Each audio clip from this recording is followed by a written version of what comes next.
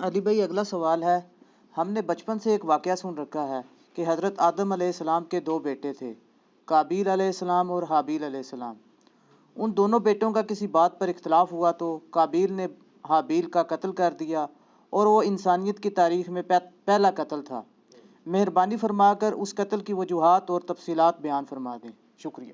دیکھیں جی، یہ لوگوں کے لیے بڑا انٹرسٹنگ واقعہ ہے، اور یہ وہ واقعہ ہے جو کہ کامن ہے بنی اسرائیل اور مسلمانوں کے درمیان۔ قابیل اور حابیل کا واقعہ۔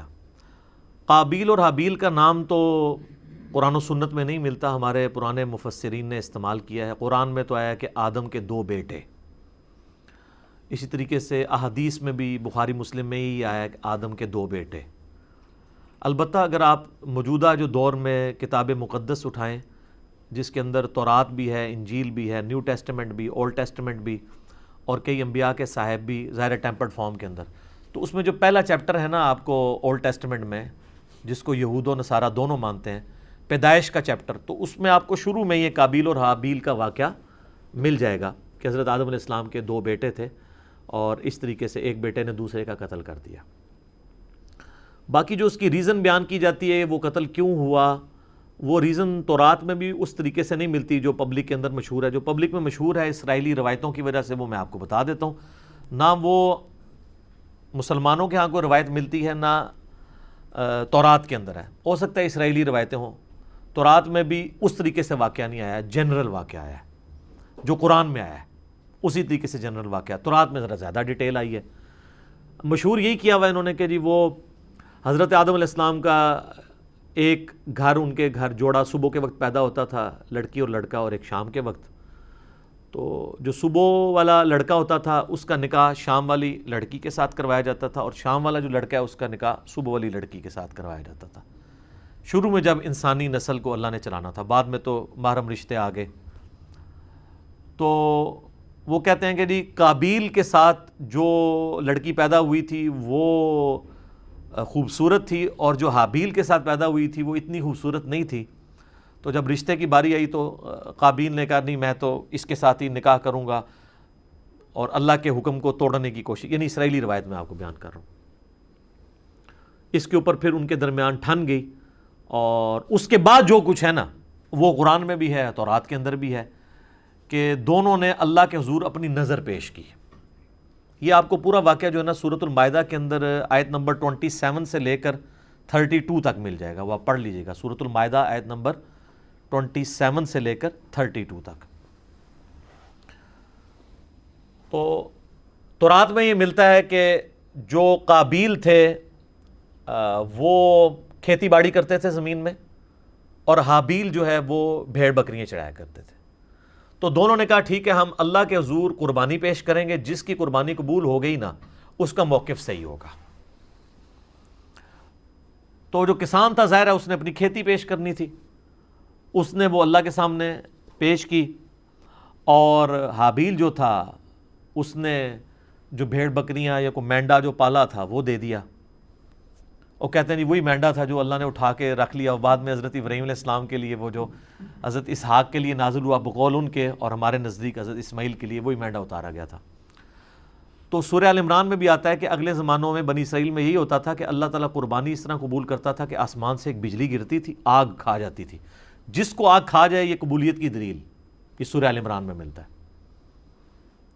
ایون مال غنیمت وہ جنگوں میں جو لوٹتے تھے نا وہ لا کے رکھتے تھے، آگ آگے ختم کر دیتی تھی۔ اس لیے بخاری مسلم میں آیا نا کہ اللہ نے میرے لیے جو ہے وہ مال غنیمت حلال کر دیا جو اگلوں کے لیے نہیں تھا۔ اس امت میں آپ خود بھی یوز کر سکتے ہیں وہ مال غنیمت۔ تو وہ آسمان سے آگ آئی تو اس مینڈے کو اٹھا کے لے گئی، اور کھیتی کو کچھ نہیں کیا۔ تو یہ اس بات کا ثبوت تھا کہ قابیل کی قربانی قبول نہیں ہوئی کھیتی والے کی، اور حابیل کی قبول ہو گئی ہے۔ تو اب تو اتنی بڑی دلیل دیکھنے کے بعد، لیکن آپ کو پتہ ہے دل بے ایمان تے حجتاں ٹھیر، جب دل میں بے ایمانی ہو تو پھر کئی ایک حجتیں۔ تو قرآن یہ بتاتا ہے کہ اے نبی علیہ السلام ان الفاظ کے ساتھ، ان کے سامنے میں چلیں وہ موٹے موٹے آپ کو عربی کے بغیر ہی نا ڈائریکٹ ترجمہ کر دیتا ہوں تاکہ ہمارا ٹائم بچ جائے، کہ جو اللہ تعالیٰ نے الفاظ استعمال کیے ہیں اس واقعے کے اعتبار سے۔ ہاں جی، اعوذ باللہ من الشیطان الرجیم، بسم اللہ الرحمن الرحیم۔ وَاتْلُ عَلَيْهِمْ نَبَأَ ابْنَيْ آدَمَ بِالْحَقِّ، اے نبی علیہ السلام ان سے بیان کرو آدم کے دو بیٹوں کا واقعہ حق کے ساتھ۔ آگے میں اس کا صرف ترجمہ پیش کرتا ہوں۔ جب دونوں نے قربانی پیش کی اللہ کے حضور، اللہ نے ایک کی قبول کر دی، دوسرے کو کی قبول نہیں کی، تو وہ غصے میں آ کے اس نے کہا میں تمہیں قتل کروں گا۔ تو اس نے کہا کہ اللہ تعالیٰ صرف پرہیزگاروں سے ہی قربانی قبول کرتا ہے، اور اگر تو نے مجھے قتل کرنے کے لیے ہاتھ بڑھایا تو میں اپنا ہاتھ تجھے قتل کرنے کے لیے نہیں بڑھاؤں گا، کیونکہ میں اللہ سے ڈرتا ہوں جو تمام جہانوں کا پالنے والا ہے۔ میں چاہتا ہوں کہ تو اپنے گناہ کا بوجھ بھی اٹھا اور میرا بوجھ، یعنی مجھے قتل کرنے کا بوجھ بھی تیرے اوپر پڑ جائے اور تو دوزخیوں میں سے ہو جائے، اور یہی ظالموں کی سزا ہے۔ یعنی تو ایسا ظالم ہے کہ تو نے اللہ کی بات نہیں مانی، تو میں تو چاہتا ہوں کہ تیرے ساتھ یہی ہو۔ تو اللہ تعالیٰ فرماتا ہے کہ اس کے نفس نے اسے ابھارا کہ اپنے بھائی کو قتل کر دے، پھر اس کے بعد وہ پھر خسارہ پانے والوں میں سے ہو گیا۔ پھر اس کو یہ پتہ نہیں چل رہا تھا کہ میں لاش کیسے سنبھالوں، کیونکہ اس کے پیچھے یہ انسانیت کا پہلا قتل تھا۔ بخاری مسلم میں حدیث ہے جب بھی کسی کو ظلماً قتل کیا جاتا ہے نا، تو آدم کے اس بیٹے پہ بھی اس کا وبال پڑتا ہے، کیونکہ اس نے وہ بات شروع کی تھی۔ جو بدعت شروع کرے گا اس کے اوپر بھی وبال ہوگا، اور اس کے اپنے وبال میں بھی کمی نہیں آئے گی جس نے یہ کام کیا۔ تو اللہ تعالیٰ نے ایک کوے کو بھیجا، اس نے زمین کو ریدی تو اسے پتہ چل گیا، اور وہ یعنی اسرائیلی روایتوں میں ملتا ہے کہ کوئی کوا تھا وہ مرا پڑا تھا، تو دوسرے کوے نے اس کے لیے زمین کھودی اور اس کو اس میں پھینک دیا، تو اس سے ان کو آئیڈیا آیا کہ میں اپنے بھائی کی لاش کو دفنا دوں۔ اس سے پہلے تو پریسیڈنٹ کوئی نہیں تھا۔ تو جو لوگ احادیث میں آئے ہوئے واقعات کا مذاق اڑاتے ہیں تو ہم ان سے کہتے ہیں قرآن میں تو آج تک ہم نے فزیکلی ایکسپیرینس میں تو کبھی کوے کو دوسرے کوے کو دفناتے ہوئے نہیں دیکھا۔ یہی واقعہ اگر بخاری مسلم میں ہوتا ہے انہوں نے مذاق اڑانا تھا، تو وہ کہیں گے نہیں یہ اسپیشل کیس تھا، اللہ نے سکھانے کے لیے کیا تو اللہ کر سکتا ہے، معجزہ ہے۔ تو پھر اس طرح کے جو واقعات بخاری مسلم میں آتے ہیں وہ بھی معجزات کے طور پہ ہوتے ہیں، ان کا مذاق نہیں اڑانا چاہیے۔ تو پھر اس نے کہا ہے افسوس، میں اپنے بھائی جیسا نہیں ہوں، میں اس کوے جیسا نہیں ہو سکا کہ اپنے بھائی کو دفنا سکتا۔ پھر وہ نادم ہو گیا، اور پھر اللہ تعالیٰ فرماتا ہے من اجل ذالک، اسی ایک واقعے کی وجہ سے کتبنا علی بنی اسرائیل، ہم نے یہ بات طے کر دی تھی بنی اسرائیل کے لیے، انہ من قتل نفسا بغیر نفس او فساد فی الارض فکأنما قتل الناس جمیعا، اگر کسی جان نے دوسری جان کو قتل کیا بغیر اس کے کہ وہ جان کے بدلے جان ہو، وہ بھی جوڈیشری کے تھرو ہوگا، قتل کے بدلے قتل خود نہیں کرنا ہوگا، یا فساد فی الارض کی وجہ سے، تو گویا ایسا ہے جیسے اس نے پوری انسانیت کا قتل کر دیا۔ وَمَنْ أَحْيَاهَا فَكَأَنَّمَا أَحْيَا النَّاسَ جَمِيعًا، اور جس نے کسی ایک انسان کی بھی جان بچا لی گویا اس نے پوری انسانیت کی جان بچا لی۔ یہ وہ حصہ ہے جو ڈاکٹروں نے ہاسپٹلس کے باہر لکھا ہوتا ہے، اور اندر جو ہے وہ آپ سے ہزاروں روپے ہتھیارے ہوتے ہیں جی ایک جان کو بچایا تو پوری انسانیت کو بچا لی۔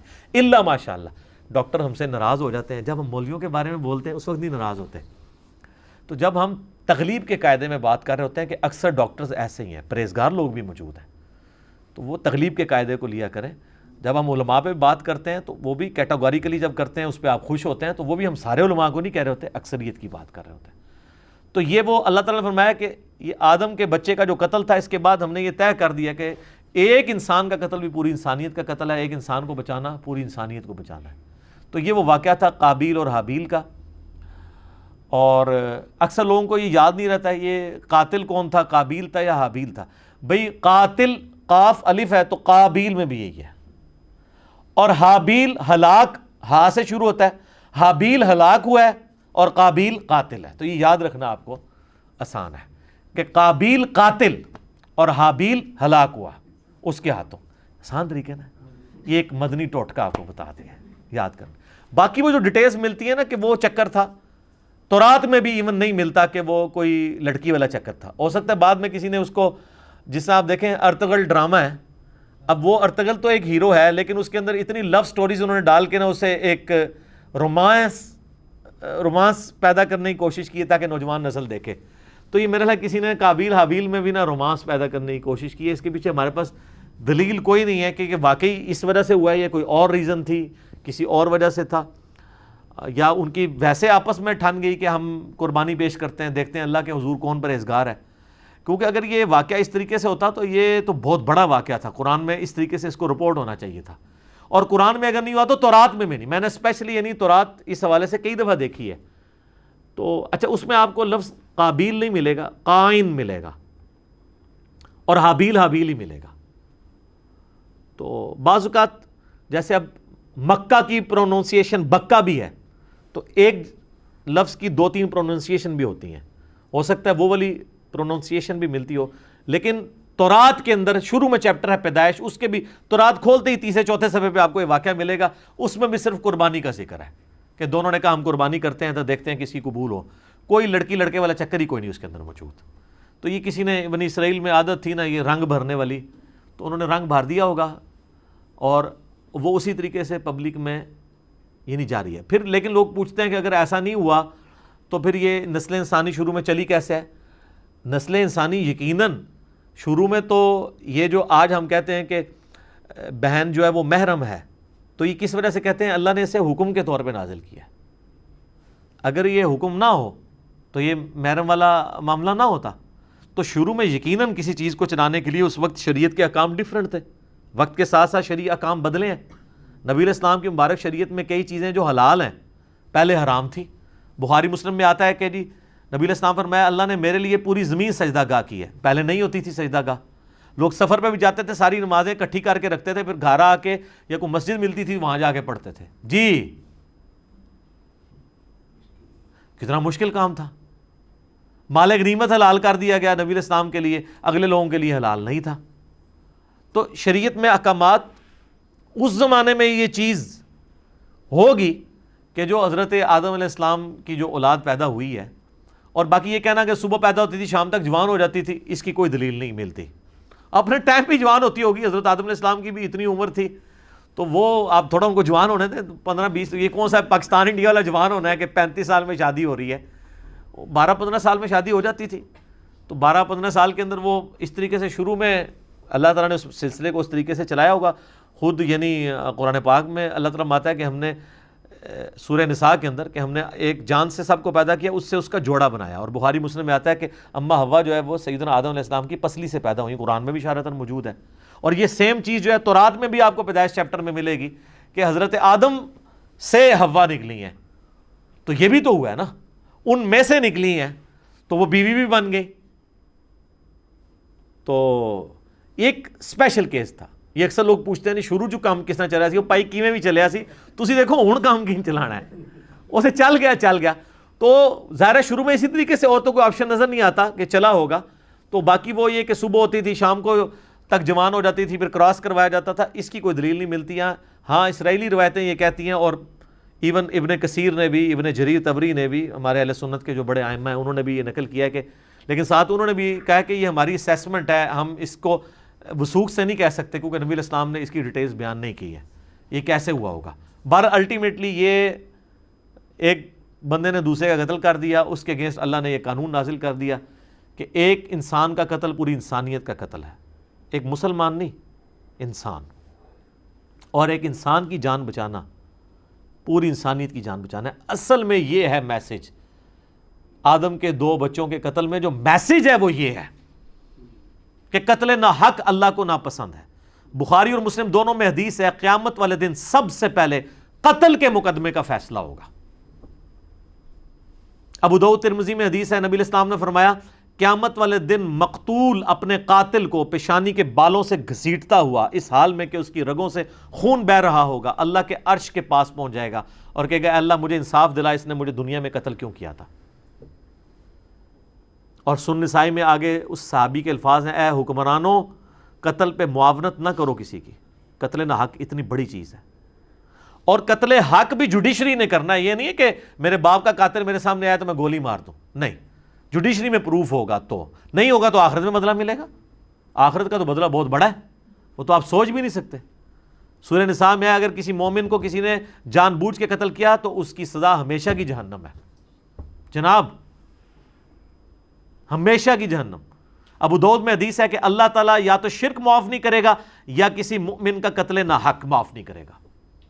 صحیح بخاری میں حدیث ہے کہ جنت کی خوشبو 40 سال سے سونگی جا سکتی ہے, لیکن جس نے کسی ذمی کافر کو بھی قتل کیا جو مسلمان حکومت میں ٹیکس دے کر رہ رہا تھا, ہے کافر تھا, اس کو ناحق قتل کر دیا تو وہ مسلمان بھی جنت کی خوشبو نہیں پائے گا حالانکہ 40 سال سے آ رہی ہوگی. جی اسی لیے قتل کے مقدمے کی پیروی کا بھی کہا گیا ہے. سورہ البقرہ میں ہے وَلَكُمْ فِي الْقِصَاصِ حَيَاتٌ يَا أُولِي الْأَلْبَابِ, اے عقل مندو انسانیت کی زندگی چھپی ہے قصاص لینے میں. باقی جگہ کہا گیا معاف کر دو, قتل کے لیے کہا گیا معاف نہیں کرنا, دیت نہیں لینی, بلڈ منی نہیں لینی. آپشن ضرور ہے لیکن پریفریبل یہ ہے کہ قتل کے بدلے قتل ہو, کیونکہ انسانیت دو چیزوں پہ کھڑی ہے, احترام جان اور احترام مال. اگر یہ نہیں ہوں گے فارغ. جو مولا علی کا قول ہے کہ کوئی بھی معاشرہ بغیر دین کے تو قائم رہ سکتا ہے, بغیر انصاف کے نہیں رہ سکتا. اور انصاف کس لیے آپ کر رہے ہوتے ہیں؟ احترام جان اور احترام مال کے لیے. اور اسے کون سی چیز انشور کرتی ہے؟ جوڈیشری. جامعہ ترمذی میں موقوفاً روایت موجود ہے کہ اے کعبہ تیری خوشبو بڑی اچھی ہے, لیکن اللہ کے حضور ایک مؤمن کی حرمت کعبے سے بھی بڑھ کے ہے. جامعہ ترمذی میں حدیث ہے کوئی شخص پوری دنیا کو تباہ و برباد کر دے, اللہ کے نزدیک یہ چھوٹا گناہ ہے, اور ایک مؤمن کا قتل اس سے بڑا گناہ ہے. جناب یہ بہت بہت سینسٹیو ایشو ہے. اس لیے تو میں ایکسٹرا جوڈیشل کلنگ کے خلاف بھی بولتا ہوں. آپ نہ حب الوطنی کے نام پر نہ توہین مذہب کے نام کے اوپر قانون کو ہاتھ میں لے کے کسی کو قتل نہیں کر سکتے. ناحق بندہ قتل ہو گیا تو آپ مارے گئے, یہ نہیں ہوگا کہ آپ کی اجتہادی غلطی شمار ہوگی. آپ ہر چیز کو جوڈیشری میں لے کر آئیں گے, اور جوڈیشری میں پروف نہیں ہوتا اور وہ واقعی قاتل تھا, اللہ جانے اس کا معاملہ جانے. آپ نہیں کر سکتے, ورنہ بے گناہ لوگوں کو بھی سزا ملنا شروع ہو جائے گی. لوگ اپنی ذاتی دشمنیاں نبھانے کے لیے بھی ماورائے عدالت قتل, ایکسٹرا جوڈیشل کلنگ کرنی شروع کر دیں گے. تو یہ بہت سینسٹیو ایشو ہے قتل والا. تو یہ حضرت آدم علیہ السلام کے دو بیٹوں کے قتل والا جو واقعہ تھا, اس سے لیسن یہ ملتا ہے. میں اپنی گفتگو کو اس حوالے سے کنکلوڈ کروں گا اسی حدیث پہ جو بخاری اور مسلم دونوں میں ہے کہ نبی علیہ السلام نے فرمایا دنیا میں جب بھی کسی انسان کو ظلماً قتل کیا جاتا ہے تو اس کا گناہ کا بوجھ آدم کے اس بیٹے کے اوپر بھی پڑتا ہے جس نے سب سے پہلے انسانیت میں قتل کیا تھا, اور اس پہ تو پڑتا ہی ہے. اور اس کو سپورٹو وہ بھی حدیث ہے صحیح مسلم کی کہ جس نے اسلام میں اچھا طریقہ جاری کیا, جتنے لوگ عمل کریں گے اس کا ثواب اسے ملے گا اور ان کے اپنے ثواب میں بھی کمی نہیں آئے گی. اور جس نے اسلام میں برا طریقہ جاری کیا, جتنے لوگ اس کے اوپر عمل کریں گے اس کا وبال بھی اس پہ ہوگا اور وہ عمل کرنے والوں کے وبال میں بھی کمی نہیں ہوگی. یہ اسلام میں اچھی بدعت اور بری بدعت نہیں ہے, طریقہ. جیسے یہ ہم ویڈیو بنا رہے ہیں یہ طریقہ ہے, احادیث ریٹن فارم میں ائمہ لے کر آئے یہ طریقہ ہے, الیکٹرانک کاؤنٹر یہ طریقہ ہے, جہاز پہ اونٹ کی بجائے جہاز کے اوپر سفر کرنا حج کے لیے اونٹ کی بجائے یہ طریقہ ہے. یہ سب طریقے ہیں, اس سے اصل دین نہیں بدلا. یہ نہیں ہوتا کہ جناب نیچے اس پنکھے کے اور اوپر اس قالین کے, منہ طرف اے سی شریف اور خانہ کعبہ شریف, اللہ اکبر. نہیں, یہ ساری چیزیں طریقے ہیں. دین وہی ہے, نمازیں وہی ہیں, طریقہ کار وہی ہے. باقی جو دین کو سپورٹیو طریقے ہیں نا, وہ جو بھی اسلام میں کرے گا اس کو ثواب ملے گا. تو یہ برا طریقہ اس نے جاری کیا تھا, قیامت تک قابیل کے اوپر اس کا وبال رہے گا. وَلِعِیَاذُ بِاللَّهِ تعالیٰ. اللہ تعالیٰ ہمیں اس گناہ سے محفوظ فرمائے. آمین ثم آمین.